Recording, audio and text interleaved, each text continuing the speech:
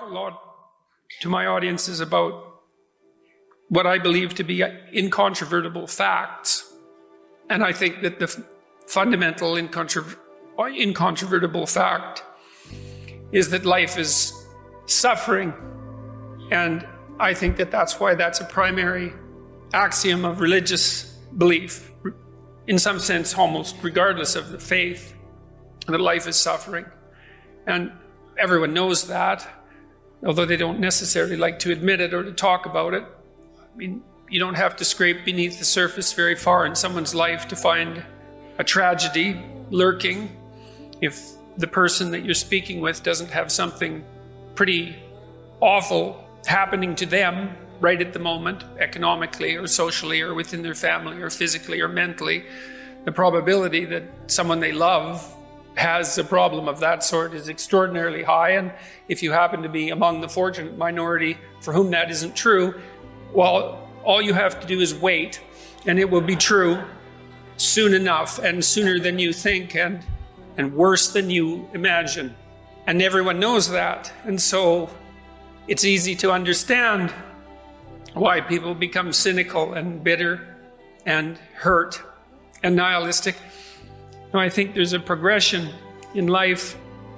You know, if you're naive, you think that life will be easy and that people are basically good, and then you have some experiences if you're not sheltered too much, and that gets taken away from you because you betray yourself or other people betray you, or you encounter a tragedy, and then your naivety is shattered, and the most likely place that you'll go from there is into something approximating cynicism, because you don't know the alternative, and your initial faith, which was not faith but naivety, is shattered by the terrible reality of what you encounter.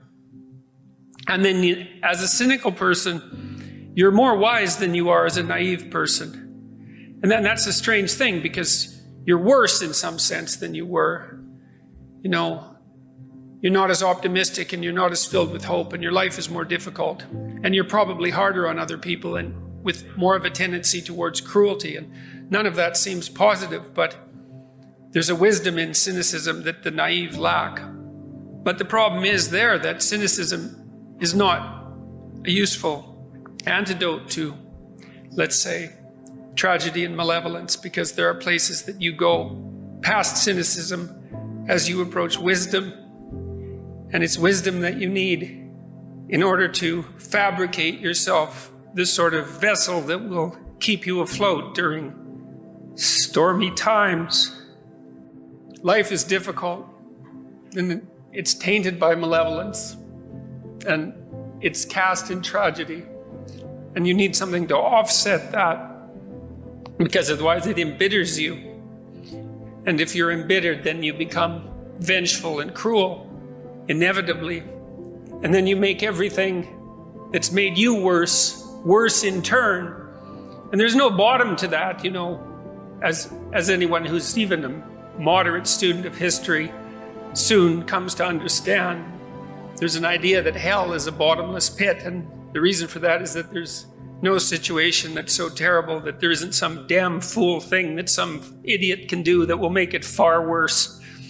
And so the question is, what might constitute an alternative to that? And if there is an alternative, and you know, I learned a long while back, reading religious mythology mostly, that there is a difference between thinking and paying attention, and of the two, paying attention is much more important. It's not the same thing as thinking. Like, when you pay attention, you're looking for what you don't know. Like, you kind of detach yourself, and you watch and you listen and you see if things are the way you think they are, and you hope they are, because life is easier if things are the way you think they are. But if you find out that they're not and you're paying attention, then you can weave and you can bob and you can adapt and you can learn. And so you have to learn to pay attention. I just ask people when I'm speaking to pay attention to what they already know. Here's something that everybody knows. You know, in a world that consists of suffering and malevolence, who is it that you admire, or who is it that you don't admire? Those are the same question, If you know who you don't admire, well, then you have a negative model and you can go for the opposite. And if you know who you admire, well, then you can copy that. And the instinct for admiration is an instinct for imitation. And we're very imitative creatures. And our instinct for admiration is the instinct for imitation. And what would you call it? A deeply biologically and metaphysically rooted guideline to the proper path of life. The question is there a proper path of life? There's certainly pathways that make things worse. That's something to know. You could avoid those. And if there are pathways that make things worse, then there are the opposite pathways, even though those might not be so clear. I think that's why we're often so enamored of evil characters in fictional representations, is because it's clearer, it's easier in some sense to make what constitutes the dark path clearer. So, well, who do you admire? Or we could start by, who don't you admire? You don't admire an adult who won't take responsibility for himself or herself, and could. I understand there are people that are so broken and hurt that they need help constantly because they can't take responsibility for themselves, or they can in small ways, but not completely. But you don't admire someone who won't take responsibility for themselves. In fact, you have a sense of contempt for that. And if you happen to be that person, then you'll wake up in the middle of the night and berate yourself with what's left of your conscience for failing to undertake your moral duty, your intrinsic moral duty. And you can't escape that. And that's so interesting. No, that you can't escape that. If you were the creature who could invent your own values, as Nietzsche suggested, as an antidote to the death of God, then you just forgive your transgressions and you wouldn't suffer the bitter pangs of conscience, but you do. And the reason you do is because you're doing things that are wrong and you should stop, and you know it, maybe you can't.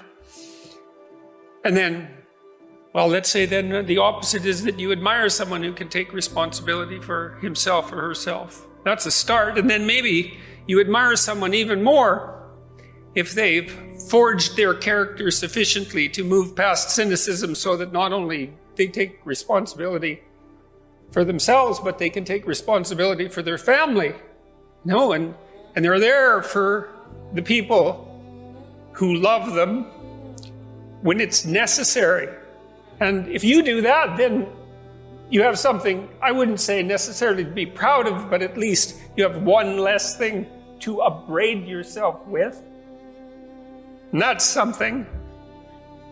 And then you can move past that and you can say, well, maybe if you put yourself together enough, carefully enough, spoke the truth enough, were courageous enough, in spite of the reasons you have not to be, that you could also be someone of benefit to yourself and your family and your community, and you partake in structuring things in a harmonious manner by living in that way.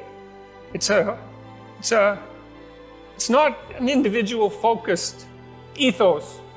It's an ethos of harmony among levels. You should do what's good for you, but it has to be what's good for your family at the same time, and it has to be what's good for you and your family and your community at the same time. And that works musically, it makes all the levels work in harmony. And you can tell when that's happening.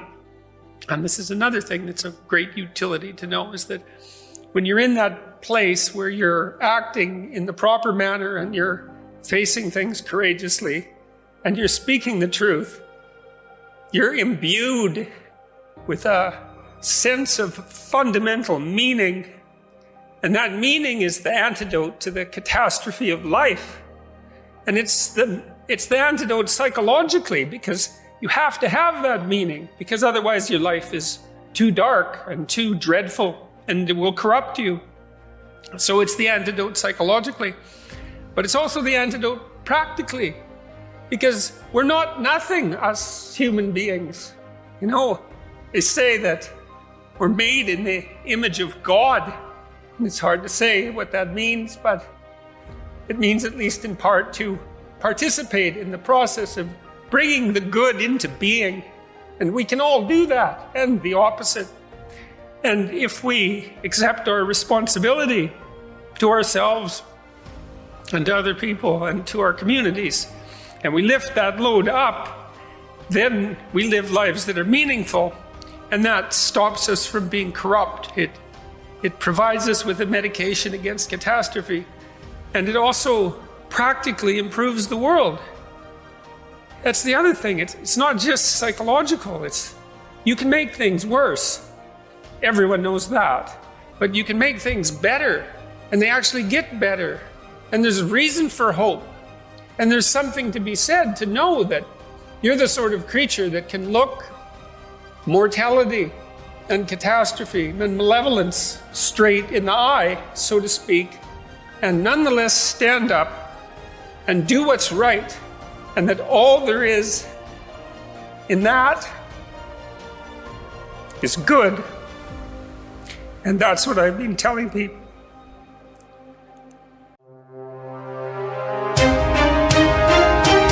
I refuse to follow those rules that society has set up in the way that they control people with low self-esteem, with improper information, with branding, with marketing. I refuse to follow those rules. It's about truth, it's about information, it's about awesomeness, and the only luxury is time. The time you spend with your family. That's the only luxury. To this concept